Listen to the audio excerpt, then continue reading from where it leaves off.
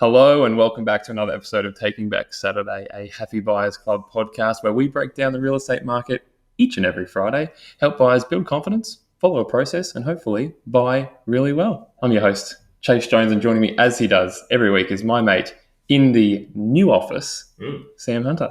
Temporary podcast studio, very new, very permanent office. Yes, 100%. We've got very exciting things to come for those that do watch our stuff on Instagram or on YouTube. This is going to be hopefully one of very few times we're here in the boardroom. In the boardroom, the very tinny, very echoey boardroom, which tells you that it's too big for us, but we'll take it anyway. Yeah, exactly. Boardrooms are not meant for two guys Exactly. sitting around talking real estate.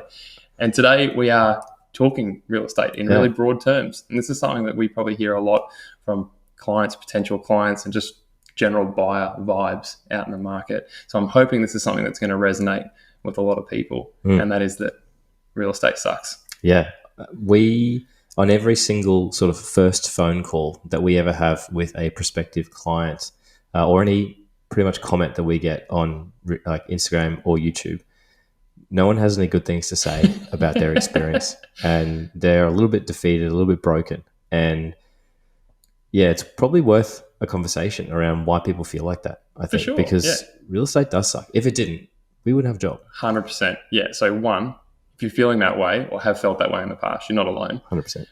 And for us, well, let's hope for at least a little while, real estate continues to suck. Yeah, well, or maybe not. This podcast, the content that we do, like the videos, everything, it is our way of hopefully making it suck a little bit less for the masses, because we know that not everybody wants to work with a buyer's agent, but everybody should have access to the information that we have access to, and ideally have access to the experience and the insights that we can bring. So keep listening to the show if you're out there. There is light at the end of the tunnel. It won't suck forever, but let's acknowledge that it does and talk through firstly why and then what you can do about it. Yeah, exactly that. Yeah, why do you think it is that most people have that feeling that real estate sucks?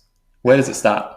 All right, we had this conversation yesterday where when you are buying or selling a property, it is the most important thing that's happening in your life.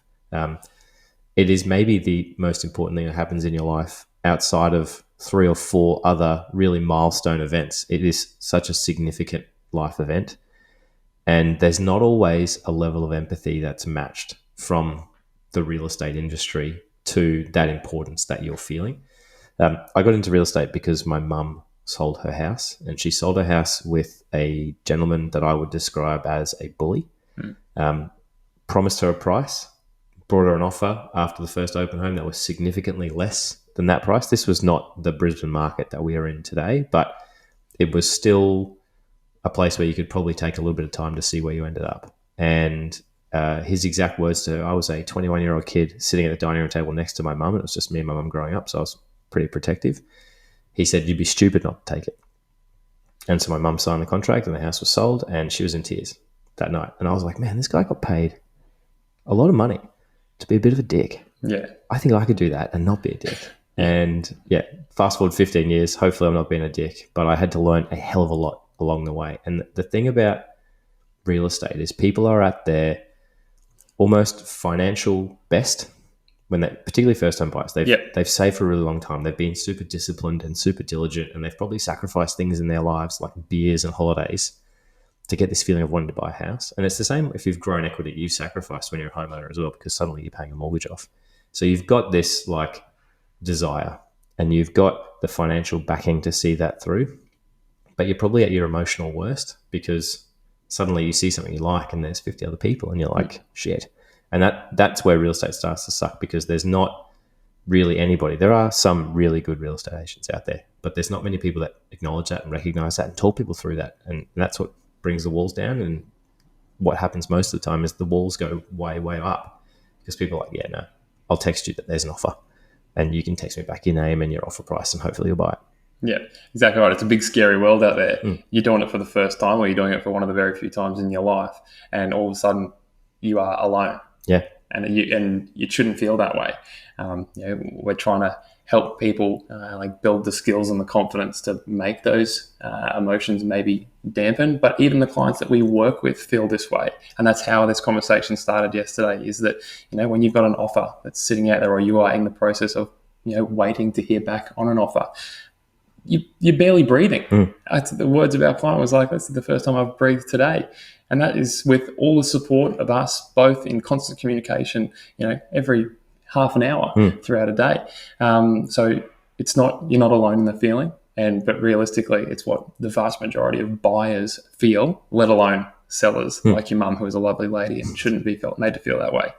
It's all right. I made it my mission to sort of run that guy out of the industry, and we got there in the end. Yeah. What was it like when you first bought your house?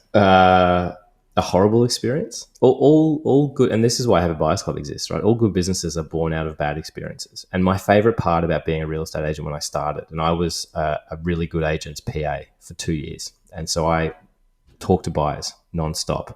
I talked to potential sellers nonstop, and I learned about their anxieties. It also helps that my sister is a clinical psychologist, so I picked her brain about what anxiety really is and what people go through. My sister actually sold her house 2 years ago, and she called me up. She was like, "This is way worse than I thought it was going to be." And I was like, "Yeah, Kirst, it is."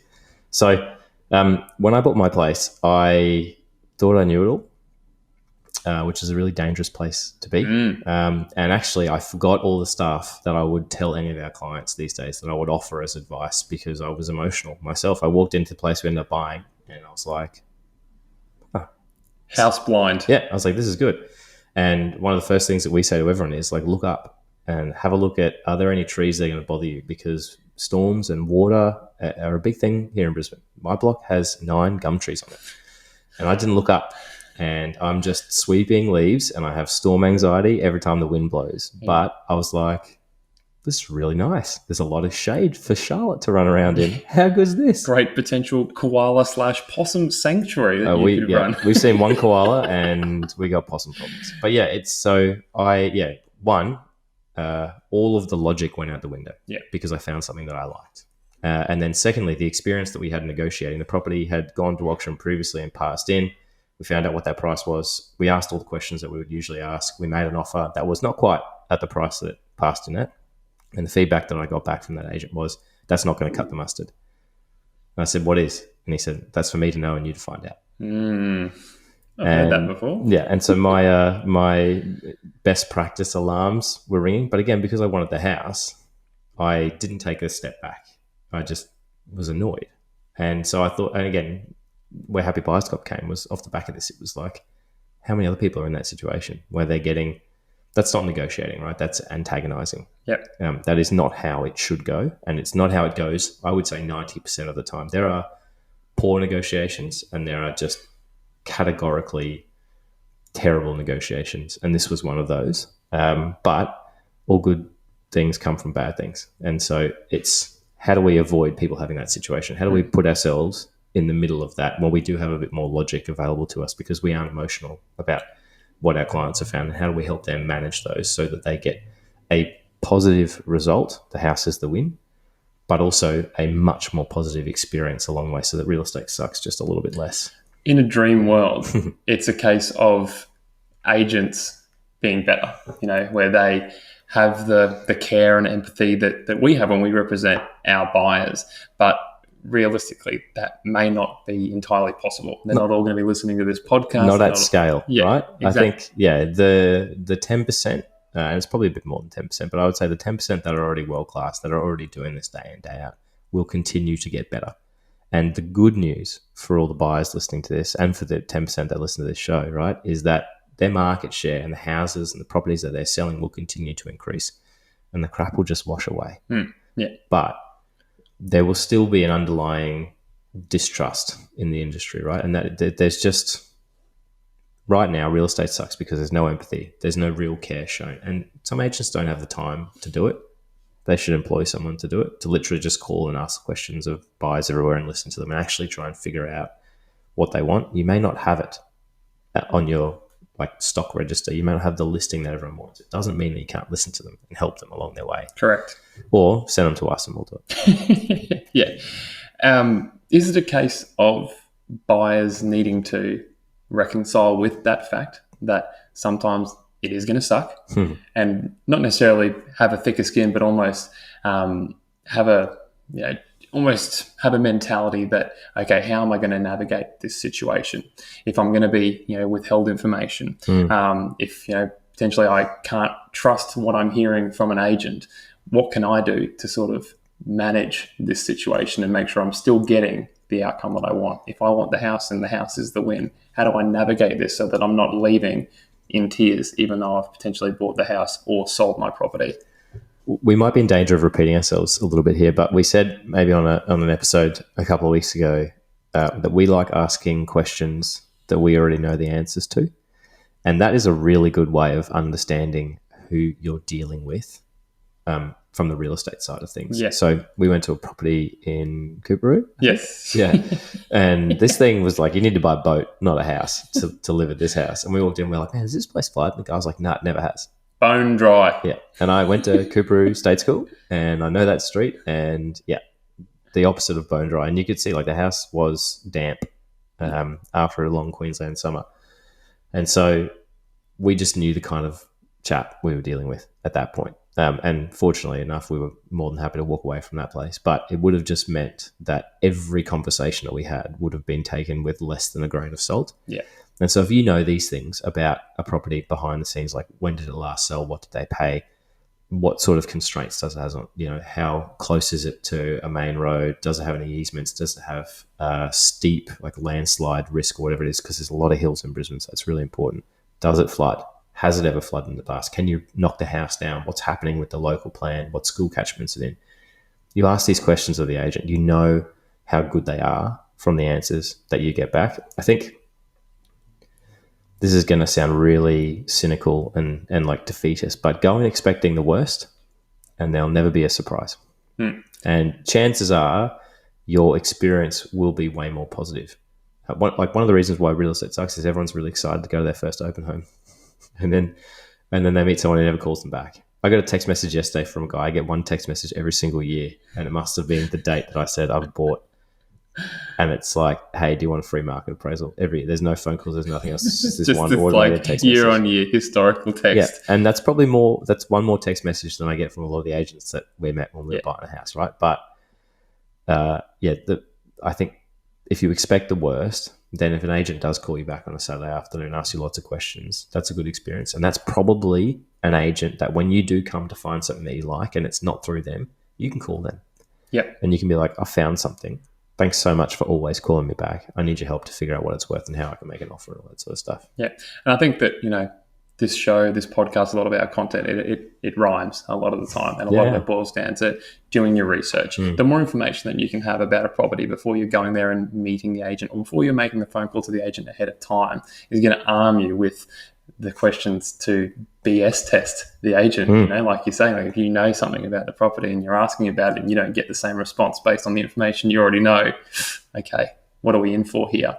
Whereas it can be quite the opposite. If you get in touch ahead of time, have a knowledgeable and open agent who's willing to give you information that is going to help you solve the seller's problem. You go there, you meet them, they call you back on that Saturday afternoon. I dare say you're going to have a much better experience because you've taken the time and the effort to do the research, introduce yourself ahead of time, identify yourself as a great buyer, go to the open, give feedback, express that you're keen on it, and all of a sudden you're setting yourself up to potentially be one of the few at the top of the pyramid that walk away saying they had a fantastic buying experience. Without a shadow of a doubt. And I think just on that point, it's really easy to say that when you're doing it day in, day out. And actually there are people that do follow that process. I was going to say do that. That's just bad English. They do follow that process and they do have a good experience. The reason why we continue to say the same things over and over again, the reason why we wrote a book about buying a house in 6 weeks in Brisbane, and if you want to copy that, just reach out to us via Instagram or YouTube or anywhere, and we'll send you a free digital copy. You can have it. The whole point is that when you're looking at spending, like if you're a family and you've got 2 kids and you're tired and you're looking at spending $2 million on a house, that's so much money to think logically when you've got life and work and everything else happening on the side. So if you can have these points of watching a video or listening to a podcast when it comes to that time, or reading a chapter of a book that just kind of dissipates and separates the emotion from the logic and allows you to, it should be emotional. If you're buying something for your family forever, potentially, you should get that feeling. It should almost blind you with emotion because that's how you know that it's the right house for you. Mm-hmm. But you need these like signposts almost along the way to make sure that you're staying on track and you're navigating the right way so that when someone does tell you it doesn't cut the mustard, right, you can just say thank you. Yeah. I'll wait for you to tell me what will and hang up the phone instead of being like, that's a shit response. We get a fair bit of that. But you're 100% right. If you're not finishing your experience of buying feeling at least emotionally spent, you don't need to feel defeated or that you haven't had a win or whatever it may be. But if you're not feeling emotionally spent at the end of it, something's, you're probably in a very unique situation, being that it is an enormous amount of money for everybody, regardless of whether you're purchasing a $500,000 unit or whether you're purchasing a $2.5 million house. For your situation, there is no doubt that is probably everything that you've worked extremely hard for. And at the end of that, if you're not feeling emotionally spent, there's something you probably won the lotto. 100%. Yeah. And if you get to the end of that and you aren't emotionally spent, call us because we'd love to interview you. Yeah, nice one. Guys, that is Taking Back Saturday. He's Sam. I'm Chase. Cue the song.